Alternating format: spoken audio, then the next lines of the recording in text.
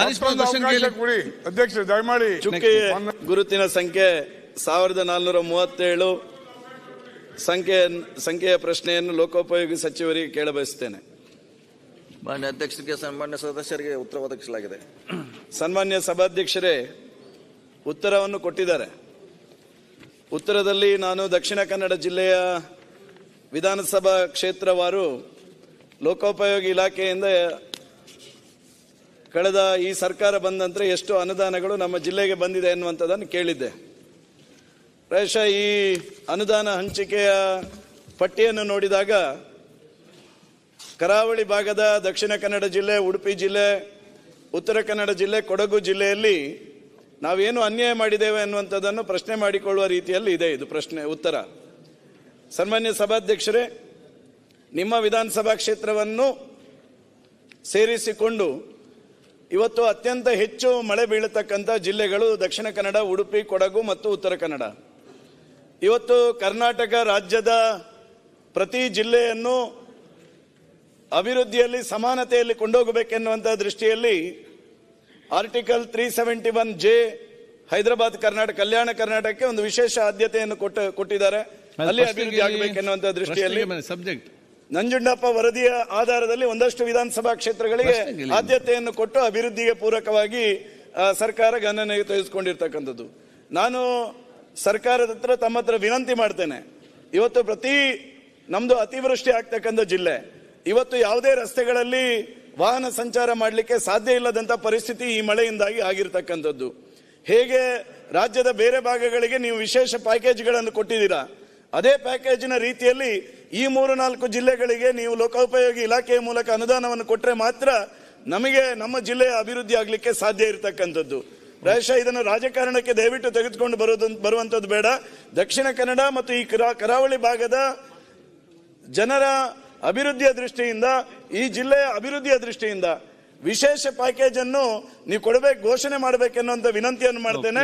ಕಳೆದ ಬಾರಿ ಸನ್ಮಾನ್ಯ ಸಭಾಧ್ಯಕ್ಷರೇ, ಕಳೆದ ಬಾರಿ ಒಂದೇ ನಿಮಿಷ ಹೇಳಿದ್ರು, ಕಳೆದ ಬಾರಿ ಆನ್ಸರ್ ಮಾಡಿ ಮಂತ್ರಿಗಳೇ. ಇಲ್ಲ ಮಾನ್ಯ ಸಭಾಧ್ಯಕ್ಷರೇ, ಇದು ಏನು ಈ ಅನುದಾನ ವಿತರಣೆ ಆಗಿದೆ ಒಂದು ವರ್ಷದಲ್ಲಿ, ಇದು ಒಂದೇ ಪಕ್ಷದವರಿಗೆ ಅನುದಾನ ಕೊಡೋದು. ಜೆಡಿಎಸ್ ಮತ್ತೆ ಕಾಂಗ್ರೆಸ್ ನವರಿಗೆ ₹1 ಅನುದಾನ ಕೊಟ್ಟಿಲ್ಲ.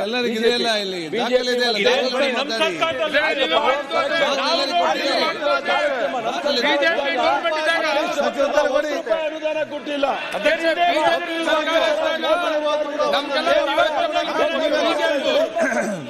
ಒಂದು ನಯಾ ಪೈಸಾ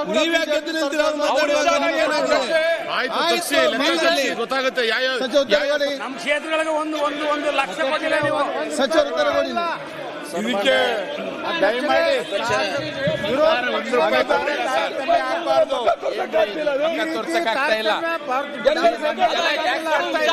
ಈಗ ಸದಸ್ಯರು ಹೇಳಿದಂಗೆ ನಮ್ಮ ಇಲಾಖೆಯಲ್ಲಿ ಯಾವುದೇ ಪಕ್ಷದವಾಗಿ ಕೆಲಸ ಮಾಡೋಲ್ಲ. ಖಂಡಿತವಾಗಿ ಎಲ್ಲರೂ ಸಮಾನ ಪಡ್ತಾ ಇದ್ದೀನಿ. ತಾವೇನು ನನ್ನ ಗಮನಕ್ಕೆ ತಂದಿರೆ ಇದು ಮಳೆಗಾಲ ನಂತರ ಕೆಲಸ ಮಾಡುವಂತ ಪ್ರಯತ್ನ ಮಾಡ್ತಾವೆ. ಅಲ್ಲಿವರೆಗೆ ಮೋಟರೈಸರ್ ಏನ್ ಮಾಡ್ಲಿಕ್ಕೆ ಸಾಧ್ಯ ಇದೆ ಓಡಾಡ್ಲಿಕ್ಕೆ, ಅದನ್ನ ಟೆಂಪರರಿ ಆಗಿ ರಿಪೇರ್ ಮಾಡ್ಲಿಕ್ಕೆ ಪ್ರಯತ್ನ ಮಾಡ್ತೀನಿ. ಅಧ್ಯಕ್ಷ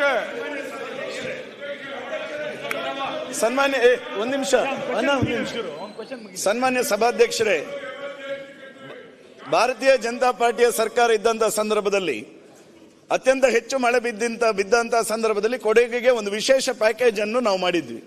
ಆ ಸರ್ಕಾರದ ಸಂದರ್ಭದಲ್ಲಿ ವಿಶೇಷ ಪ್ಯಾಕೇಜ್ ಮೂಲಕ ಅಲ್ಲಿಯ ರಸ್ತೆಗಳಿಗೆ ಅನುದಾನವನ್ನು ಹೆಚ್ಚುವರಿಯಾಗಿ ಕೊಟ್ಟು ರಸ್ತೆ ಅಭಿವೃದ್ಧಿಯ ದೃಷ್ಟಿಯಿಂದ ಗಮನ ಹರಿಸಿದ್ವಿ. ನಾನು ವಿಶೇಷವಾಗಿರ್ತಕ್ಕಂಥ ವಿನಂತಿಯನ್ನು ಮಾಡ್ತೇನೆ ಸನ್ಮಾನ್ಯ ಲೋಕೋಪಯೋಗಿ ಸಚಿವರ ಹತ್ರ. ಈ ವರ್ಷ ಅತ್ಯಂತ ಹೆಚ್ಚು ಮಳೆ ಬೀರ್ತಕ್ಕಂಥದ್ದು ದಕ್ಷಿಣ ಕನ್ನಡ, ಉಡುಪಿ, ಉತ್ತರ ಕನ್ನಡ, ಕೊಡಗು. ಹೆಚ್ಚುವರಿ ಅನುದಾನವನ್ನು ಕೊಡಬೇಕೆನ್ನುವಂತ ವಿನಂತಿಯನ್ನು ಮಾಡ್ತೇನೆ. ಅದರ ಜೊತೆಗೆ ಸನ್ಮಾನ್ಯ ಈಗ ಏನು ಆಡಳಿತ ಪಕ್ಷದ ಶಾಸಕರು ಏನು ಹೇಳಿದ್ದಾರೆ, ನಿಮ್ಮ ಸರ್ಕಾರ ಇದ್ದಂತ ಸಂದರ್ಭದಲ್ಲಿ ಈ ರೀತಿ ಮಾಡಿದಿರಿ ಅಂತೇಳಿ ಒಂದು ಕ್ಲಾರಿಫಿಕೇಶನ್ ಕೊಡ್ತೇನೆ. 25 ಕೋಟಿ ರೂಪಾಯಿ ವಿಶೇಷ ಅನುದಾನವನ್ನು ಯಡಿಯೂರಪ್ಪ ಸಾಹೇಬರು ಕೊಟ್ಟಂತ ಸಂದರ್ಭದಲ್ಲಿ ವಿಪಕ್ಷಗಳಿಗೂ 15 ಕೋಟಿ ರೂಪಾಯಿ ಅನುದಾನ ಕೊಟ್ಟಿರ್ತಕ್ಕಂಥದ್ದು.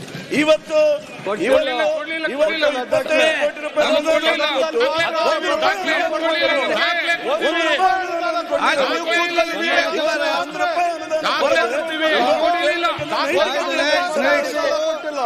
ಸಚಿವರು ಉತ್ತರ ಕೊಡಿ. ನಿಮ್ಮ ಸರ್ಕಾರದಲ್ಲಿ 1 ರೂಪಾಯಿ ಕೊಡ್ದಲ್ಲ ನಮ್ಮನ್ನು ಹಾಳು ಮಾಡ್ತಾ ಇದ್ರಲ್ಲ MLA-ಗಳನ್ನ.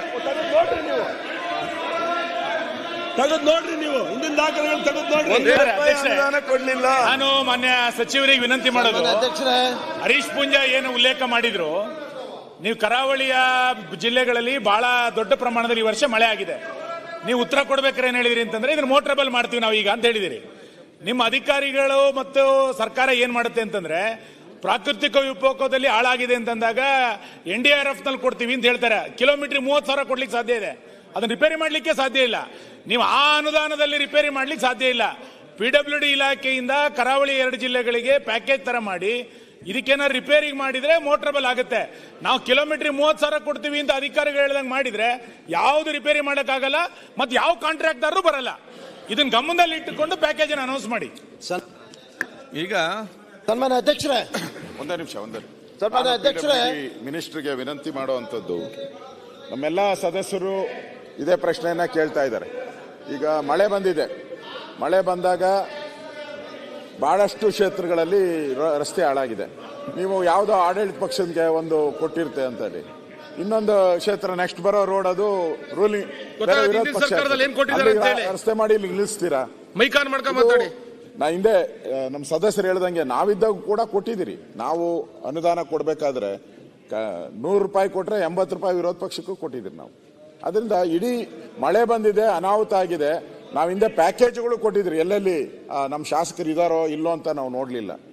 ಎಲ್ಲೆಲ್ಲಿ ಅನಾಹುತ ಆಗಿದೆ ಅದನ್ನ ಕೊಡ್ತೀರಿ. NDRF ಪ್ರಕಾರ ನಾನು ಮಂತ್ರಿಯಾಗಿ ಕೆಲಸ ಮಾಡಿದ್ದೀನಿ. ಅದರಲ್ಲಿ 1 ಕಿಲೋಮೀಟರ್ಗೆ ನೀವು ಕೊಡೋದು 1 ಲಕ್ಷ 2 ಲಕ್ಷ ರೂಪಾಯಿ ರಿಪೇರಿ ಕೊಡ್ತಾರೆ. ನ್ಯಾಷನಲ್ ಹೈವೇ ಆ ಥರದ್ದು ಮಾಡೋಕ್ಕಾಗೋದೇ ಇಲ್ಲ, ಸ್ಟೇಟ್ ಹೈವೇನು ಮಾಡೋಕ್ಕಾಗಲ್ಲ. ಮನೆಗಳು ಅಷ್ಟೇ, ಮನೆಗಳಿಗೂ ಕೊಡೋವಂಥದ್ದು 1,25,000 ಇದೆ, ಅದ್ರಲ್ಲಿ ಮನೆ ಕಟ್ಟಕ್ಕೆ ಆಗೋದೇ ಇಲ್ಲ. ಅದರಿಂದ ಹಿಂದೆ ನಾವಿದ್ದಾಗ 5 ಲಕ್ಷ ಕೊಟ್ಟಿದ್ದೀರಿ, ನಾವಿದ್ದಾಗ ಸ್ಪೆಷಲ್ ಪ್ಯಾಕೇಜ್ಗಳನ್ನು ಕೊಟ್ಟಿದ್ದೀರಿ. ಅದರಿಂದ ಎಲ್ಲಾ ಶಾಸಕರದು, ನಮ್ಮೆಲ್ಲ ಶಾಸಕರು ಅದೇ ತಾರತಮ್ಯ, ಅತಿಯಾದ ತಾರತಮ್ಯ ಮಾಡಕ್ ಹೋಗ್ಬೇಡಿ. ಮಹದೇವಪ್ಪನವರ ಮಾಡೆಲ್ನ ಮಾಡಿ. ಆಯ್ತು, ನಂಜೇಗೌಡರು ನಿಮ್ ಖಾತೆ ಮಾಡಿದ ಹೇಳಿ ಸ್ವಾಮಿ. ನಂಜೇಗೌಡರು. ಅಧ್ಯಕ್ಷರೇ, ಪ್ರಶ್ನೆ ಸಂಖ್ಯೆ 1467 ವಸತಿ ವಕ್ಫ್ ಮತ್ತು ಅಲ್ಪಸಂಖ್ಯಾತ ಕಲ್ಯಾಣ ಸಚಿವರಿಗೆ ಕೇಳಿದ್ದೇನೆ. ಅಧ್ಯಕ್ಷರೇ, ನಂಜೇಗೌಡರು ನೀಡಲಾಗಿದೆ ಸದಸ್ಯರೇ. ಅಧ್ಯಕ್ಷ, ಮಂತ್ರಿಗಳು ಉತ್ತರ ಕೊಟ್ಟಿದ್ದಾರೆ.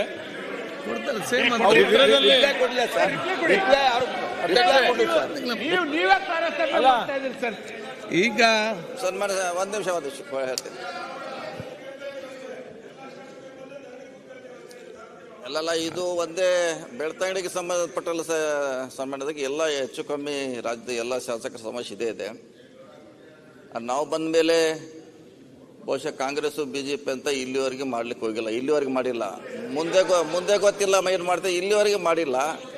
ಫಸ್ಟ್ ಟೈಮ್ ಹಿಸ್ಟ್ರಿಯಲ್ಲಿ CRIF ದುಡ್ಡನ್ನ ಎಲ್ಲರಿಗೂ ಸಮಾನವಾಗಿ 6 ಕೋಟಿ ಹಂಚಿದ್ದೀನಿ. ಫಸ್ಟ್ ಟೈಮ್ ಹಿಸ್ಟ್ರಿಯಲ್ಲಿ 6 ಕೋಟಿ ಕಾಂಗ್ರೆಸ್ ಬಂತು, BJP ಅವರಿಗೆ 6. ಈಗ ಅಪ್ರೂವ್ ಆಗ್ತಾ ಇದೆ. ಸೆಂಟ್ರಲ್ ಫಂಡ್ ಅನ್ನ ಎಲ್ಲರಿಗೂ 6 ಕೋಟಿ ಸಮಾನಾಂತರ ಸೆಂಟ್ರಲ್ ಫಂಡ್ ಹಂಚಿದ್ರೆ ನಿಮ್ದೇನು ಕೊಟ್ಟಿಲ್ವಲ್ಲ, ಇಡೀ ರೋಡ್ಗಳೆಲ್ಲ ಹಾಳು ಬಿದ್ದೋಗಿದಾವೆ. ಯಾವ ರೀತಿ ಬೇಕಾದ್ರೆ ಮಾಡಬಹುದಿತ್ತು, ಮಾಡಿಲ್ಲ. ನಾನು ಎಲ್ಲರಿಗೂ 6 ಕೋಟಿ ಹಂಚಿದ್ದೀನಿ. ನಾನು ಮಾನ್ಯ ಸಚಿವರಿಗೆ 10 ಸತಿ ಭೇಟಿ ಮಾಡಿ 10 ಲೆಟರ್ ಕೊಟ್ಟಿದ್ದೀನಿ. ನಿನ್ನೆ ಕೂಡ ಹೋಗಿದ್ದಾರೆ, ಮುಖ್ಯಮಂತ್ರಿ ಚರ್ಚೆ ಮಾಡಿದೀವಿ. ಅಡಿಷನಲ್ ದುಡ್ಡು ಕೊಡ್ಲಿಕ್ಕೆ ಒಪ್ಪಿದ್ದಾರೆ.